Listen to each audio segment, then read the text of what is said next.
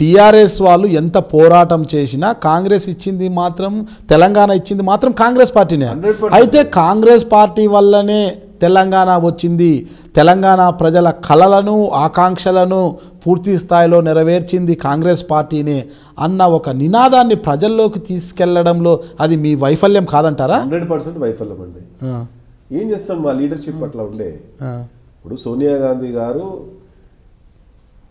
ఎప్పుడైతే కరీంనగర్లో 2004 ఎలక్షన్లోనే నేను తెలంగాణ ఇస్తా అని చెప్పి అనౌన్స్ చేయడం జరిగింది. ఆ మాట ప్రకారమే ఎన్ని ఉడిదొడుకులు వచ్చినా, ఎన్ని ఇబ్బందులు పెట్టినా, ఎన్ని కష్టాలు వచ్చినా కూడా ఆమె తెలంగాణ ఇచ్చింది.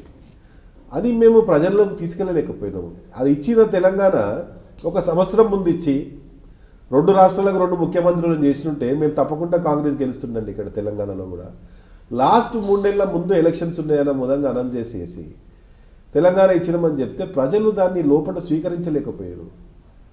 దానివలన మాకు కాంగ్రెస్ ఓడిపోవడం చేయం తప్ప ఇవాళ తెలంగాణ ఇచ్చి మేము రోడ్ల మీద తిరుగుతూ ఉన్నాము. ఇచ్చి తెలంగాణ ఇచ్చి మాకు ఎంత బాధ వేస్తుంది ఇవ్వాలంటే, తెలంగాణ మా సహకారం లేకుండా రాలేదు. ఇవాళ కేసీఆర్ గారికి కూడా తెలుసు అది. ఇవాళ కాంగ్రెస్ వాళ్ళను లాబీ చేసి అయినా కాంగ్రెస్ వాళ్ళ దగ్గర ఎంపీల దగ్గరికి, ఎమ్మెల్యేల దగ్గరని ఇన్వైట్ చేసి పిలిపించి మాట్లాడి ఢిల్లీలో పోయి కలిసి ఇవన్నీ కాంగ్రెస్ వాళ్ళను సహకారం లేకుండా తెలంగాణ వచ్చిందా?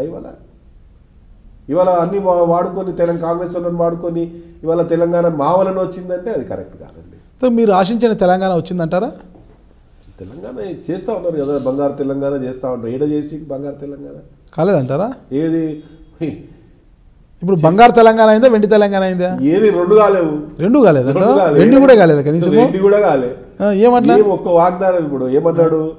మొట్టమొదటి వాగ్దానము నేను దళితులను ముఖ్యమంత్రి చేస్తాడు. చేసిండా? అంటే దళితుడైతే రాణించలేడనే ఉద్దేశంతో దళితుల రాజకీయ నాయకులు లేరా? కేసీఆర్ గారు అలాగైనా భావించారేమో. అవునండి, నేను ఇలా రాజకీయాల్లో నేను ఎమ్మెల్యే చేసిండా? నేను ఎట్లా ఎమ్మెల్యే పని చేసిన మళ్ళా ఏదైనా కుర్చీ నేర్పిస్తుంది అన్ని. ఈ రాజకీయాలన్నీ కూడా పెత్తందారుల చుట్టూ తిరుగుతుంటాయి కదా, 2 సామాజిక వర్గాల వైపే తిరుగుతుంటారు. అలాంటి సందర్భంలో దళితుడు వెళ్తే ఆడతట్టుకుంటారులే ఈ చెప్పాలి. వాగ్దానం ఎందుకు? ప్రజలలోనూ మీటింగ్లో నీ మీటింగ్లలో చెప్పిన వీడియోస్ ఉన్నాయి, క్లిప్పింగ్స్ ఉన్నాయి. దళితుడిని ముఖ్యమంత్రి చేస్తానన్నావు, మాట మీద ఉండాలి కదా. చేసినావా? మళ్ళా ఎన్ని వాగ్దానాలు చేసి మరి ఆ వర్గాలు ఎందుకు ఈ విషయంలో పైన ఎక్కువగా ప్రశ్నించలేకపోతున్నారు? టైం వచ్చినప్పుడు చెప్తారు, ఇంకెప్పుడు చెప్తారు? రాజకీయం చెప్తారు, అది ఇప్పుడు చెప్పరు. ఇప్పుడు దళితుడిని ముఖ్యమంత్రి చేస్తానన్నప్పుడు చేయలేకపోయారు. మరి ఆ వర్గాలు, దళిత వర్గాలు ఈ రోజు ఎందుకు తెర మీదకి వచ్చి ప్రశ్నించలేకపోతున్నారు? మీరు వాళ్ళకి ఎందుకు సపోర్ట్ ఇవ్వలేకపోతున్నారు? సపోర్ట్ చేస్తున్నాం మేము. మీరు సపోర్ట్ చేసే వాళ్ళు రోడ్ల మీదకి ఎందుకు రాలేదంటారు? డెఫినెట్గా వస్తారు సార్, వాళ్ళ సమయం కోసం. ఇప్పుడు ఏ దళితుడు వాని దగ్గర ఏడికెళ్ళి ఆర్థికంగా ఇబ్బందులు ఉంటాయి, వాడు పొద్దున లేచి పని చేసుకుంటే తప్ప పొట్ట కూడు గల చెయ్యితో పని చేయాలి, రోజంతా కష్టపడాలి. వాడు చేస్తేనే వాడికి వెళ్తుంది. వాడు అవన్నీ వదిలేసి నీ ఏమడేడ తిరుగుతాడు. వాడు భయము, ఏమైనా చేస్తే నా మీద కేసులు పెడతారేమో అని, ఇబ్బంది పెడతారేమో అని. మీరు 2019లో చూడండి సార్, నేను ఇలా చెప్తా ఉన్నాను, నేను దళితుడు అనేవాడు ఓటు వేయడు. ఎందుకంటే మోసపోయారు కదా, వాళ్ళకి తెలుసు మోసం చేసినామని.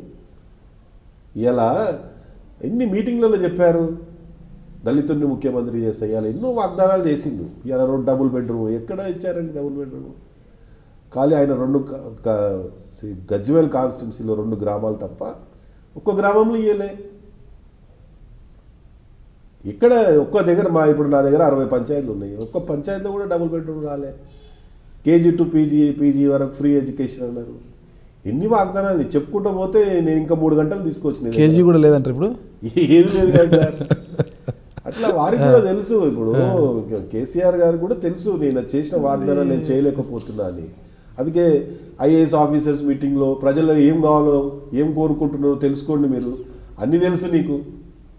సరే, ఇప్పుడు తెలంగాణ ప్రభుత్వం వచ్చిన తర్వాత కేసీఆర్ గారి పాలన ఎలా ఉందని ఈరోజు మీరు చూస్తున్నారు కాబట్టి ఇలా మాట్లాడుతున్నారు.